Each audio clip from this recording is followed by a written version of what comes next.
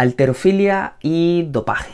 ¿Qué sucede? Mirad, es en boga o en boca de todos y en boga el hecho de que la halterofilia deje de ser deporte olímpico, siendo uno de los clásicos, una de las referencias y el culmen que tienen pues en este deporte de fuerza, en esa cita olímpica, y que se queden fuera por los recientes escándalos. El más famoso de ellos fue cuando pues la totalidad del equipo ruso fue baneado directamente de los Juegos Olímpicos de Río por pues, sistemática práctica de dopaje y una serie de marcas pues, bueno, que estaban ahí.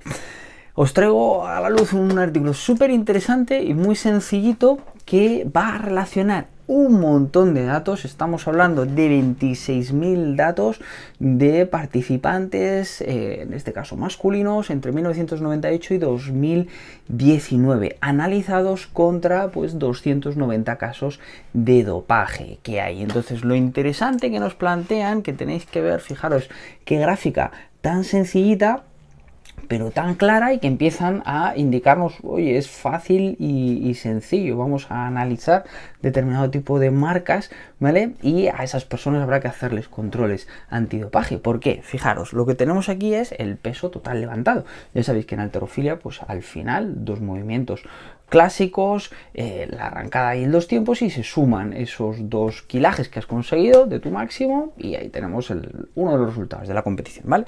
Total de kilos levantados. Estas son las categorías de peso que tenemos, y aquí hay una cosa sencillita. ¿Qué será lo que aparece con un asterisco en negro y que veis que está casi siempre arriba o por arriba respecto a los otros casos? Pues esto es caso a caso, puntito a puntito puesto aquí. Los 26.000 puntitos son estos más en clarito, y los 290 casos son los casos de dopaje confirmados. ¿Dónde aparecen los casos de dopaje confirmados? No aparecen entre los que levantan menos peso, aparecen siempre entre los que levantan más peso, en el tercio superior, y en algunas categorías de peso de manera más clara. Entonces es súper interesante, porque al final lo que nos vienen a decir estos autores es, oye, vamos a controlar, y cuando además hay una diferencia importante de pesos en determinado tipo de categorías, pues simplemente habrá que hacer normalmente los controles antidopaje a ese tipo de deportistas, a sabiendas de que pues existe una probabilidad alta de que pueda haber algún tipo de práctica. Puede haber, no siempre, pero ya veis cómo de manera clara se sitúan siempre en el tercio superior de resultados. ¿Cuándo más evidente o cuándo todavía se da más incidencia?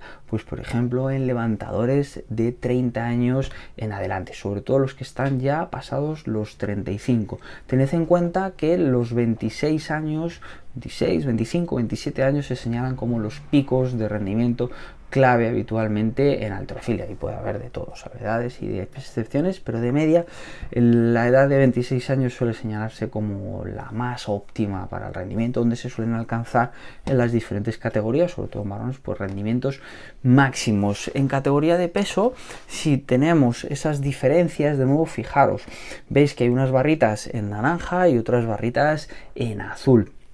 ¿Cuáles son los casos de dopaje? La barrita que está más arriba. Fijaros, en la categoría que más diferencia hay, incluso entre las medias, es en la de 96 kilos, 81 y 96 kilos.